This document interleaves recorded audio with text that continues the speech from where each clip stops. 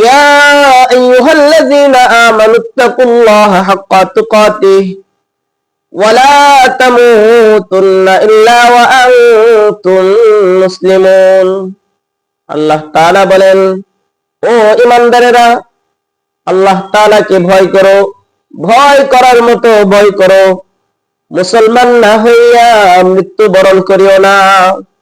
আল্লাহ তাআলা মুসলমান না হইয়া মৃত্যুবরণ করতে নিষেধ করেছে। আল্লাহর নবী সাল্লাল্লাহু আলাইহি ওয়াসাল্লাম মৃত্যু শয্যায় কাতর।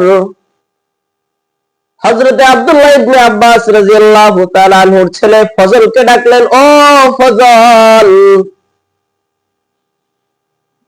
আমি অসুস্থ আছি,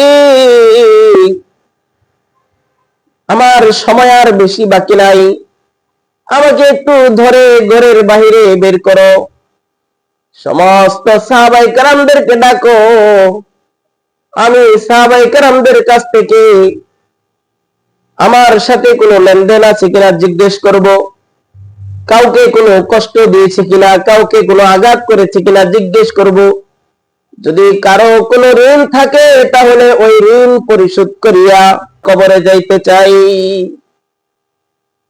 আল্লাহর রাসূল সাল্লাল্লাহু আলাইহি ওয়াসাল্লামের দরবারে সমস্ত সাহাবায়ে কেরাম উপস্থিত হয়ে গেলেন। রাসূল জিজ্ঞেস করেন, ও সাহাবায়ে কেরাম, তোমাদের সাথে আমার কোনো লেনদেন আছে কিনা, কোনো ঋণ আছে কিনা, কাউকে কোনোদিন কষ্ট দিয়েছে কিনা, কাউকে আঘাত করেছে কিনা, কারো কোনো কষ্ট আছে কিনা, তাহলে বলো, আমি ঋণ পরিশোধ করিয়া কবরে যাইতে চাই। সাহাবায়ে কেরামের বুঝতে আর বাকি হইল না, সাহাবায়ে কেরামের বুঝতে আর বাকি রইল না যে নবী চলে যাবেন। সাহাবায়ে কেরামদের মাঝে কান্নার রোল পড়ে গেছে, সবাই মাথা নিচের দিকে দিয়া কান্না করতেছে, কান্নার রোল পড়ে গেছে। একজন সাহাবী দাঁড়াইয়া রাসূলের সামনে গিয়ে উপস্থিত হয়ে বলতেছে, ও আল্লাহর নবী, আপনি অমুক যুদ্ধের সময় তরোয়াল গড়াইতেছিলেন, ওই তরোয়ালের আঘাত আমার পিঠের মধ্যে এসে লেগেছে, আজকে যদি আপনি অনুমতি দেন তাহলে ওই আঘাতের বদলাটা আমি নিতে চাই। আল্লাহর নবী সাল্লাল্লাহু আলাইহি ওয়াসাল্লাম বলে, ও আলী,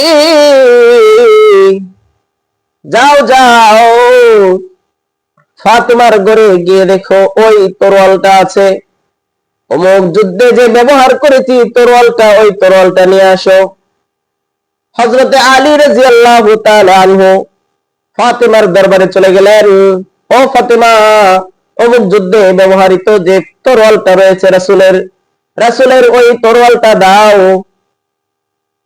ফাতেমা জিজ্ঞেস করে, ও আলী, তরোয়াল কেন? হযরতে আলী বলে, ফাতেমা, আজকে অমুক যুদ্ধের সময় রাসূলের হাতে এক সাহাবী পিঠের মধ্যে আঘাত পেয়েছিল, ওই আঘাতের বদলা নেওয়ার জন্য সাহাবী দাঁড়িয়ে আছে, আর ওই তরোয়াল যে সাহাবী রাসূলের পিঠের মধ্যে আজকে আঘাত করবে, বাবার পিঠের মধ্যে আঘাত করবে। হযরতে ফাতেমা তরোয়াল দিয়ে দিলেন, যাও তরোয়াল নিয়ে যাও। তরোয়াল ঠিকই দিয়েছেন, কিন্তু হাসান আর হুসাইনকে ডাক দিয়ে বলেছে, ও হাসান, হুসাইন, যাও যাও, তোমরা দৌড়ে তোমার নানার কাছে যাও, যে নবীর শরীরের মধ্যে মশা মাছি পর্যন্ত বসে নাই, নবীর শরীরের পিঠের মধ্যে নাকি আজকে এক সাহাবী হইয়া প্রতিশোধ নেওয়ার জন্য তরোয়াল হাতে নিবে। যাও যাও, নবীর দরবারে গিয়া ওই তরোয়ালের সমস্ত আঘাতগুলা তোমাদের পিছে নিয়ে নাও। হযরতে আলী রাদিয়াল্লাহু তাআলা আনহু তরোয়াল নিয়ে রাসূলের দরবারে উপস্থিত হয়েছেন। ও সাহাবী, আসো আসো, এই যে সেই তরোয়াল, যেই তরোয়ালে তোমার পিঠের মধ্যে আমি আঘাত করেছি, এই তরোয়াল তোমার কাছে এনে দিলাম। ওই তরোয়াল দিয়েই আমাকে তুমি আঘাত করো। রাসূল সাহাবীর দিকে পিঠটা ধরে বললেন, নাও নাও আঘাত করো। সাহাবী বলে, ওই যুদ্ধের সময় যখন আমার পিঠে আপনি আঘাত করেছিলেন, আমার শরীরে কোনো কাপড় ছিল না।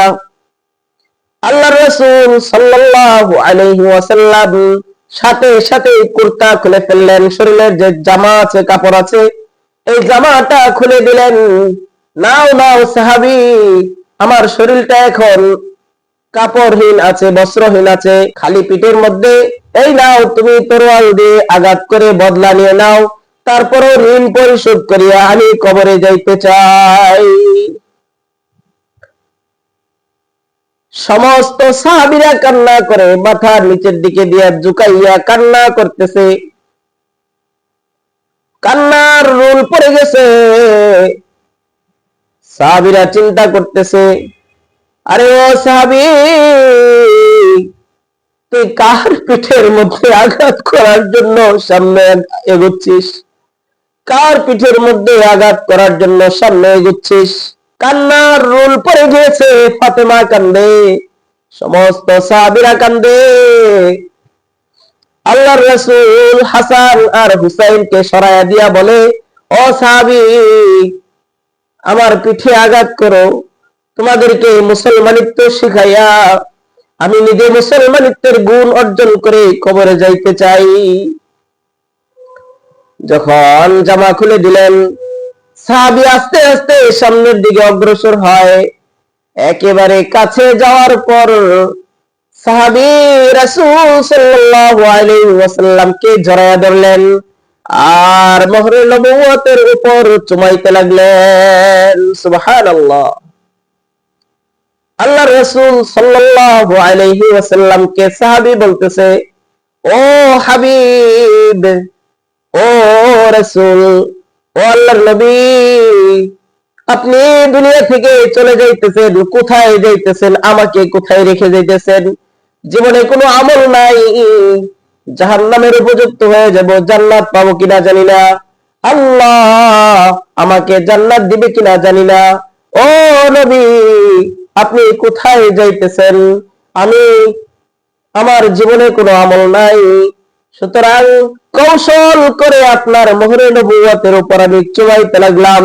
এই চুমা দেওয়ার বদৌলতে আমি সেদিন কাঠগড়ায় দাঁড়িয়ে বলবো, ও আল্লাহ, জীবনে কোনো ইবাদত কবুল যদি নাও হয়, তারপরে তোমার হাবিব মুহাম্মদুর রাসূলুল্লাহ সাল্লাল্লাহু আলাইহি ওয়াসাল্লামের মোহরে নবুয়তের উপর আমি চুমা দিয়েছি, এই চুমা দেওয়ার উসিলা করে আল্লাহ আপনি আমাকে মাফ করে দিন।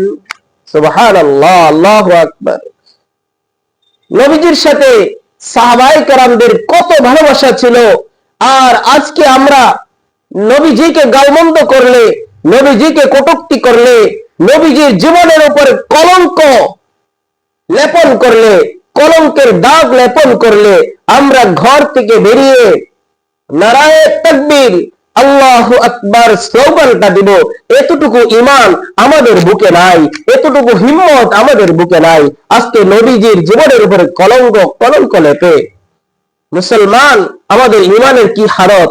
অথচ রাসূল সাল্লাল্লাহু আলাইহি ওয়াসাল্লাম বলেছেন, জীবনের সব কিছুর চাইতে মা বাবা, ভাই বোন, আত্মীয় স্বজন, স্ত্রী, সন্তান, এমনকি নিজের জীবনের চাইতে বেশি ভালোবাসা যদি আমি নবীর উপর তোমাদের না থাকে, তাহলে প্রকৃত মুমিন হতে পারবে না। আল্লাহ তাআলা আমাদেরকে রাসূলের উপর ভালোবাসা বৃদ্ধি করুন। সকলে বলি আমিন। ওয়া আখিরু দাওয়ানা আলহামদুলিল্লাহি রাব্বিল আলামিন।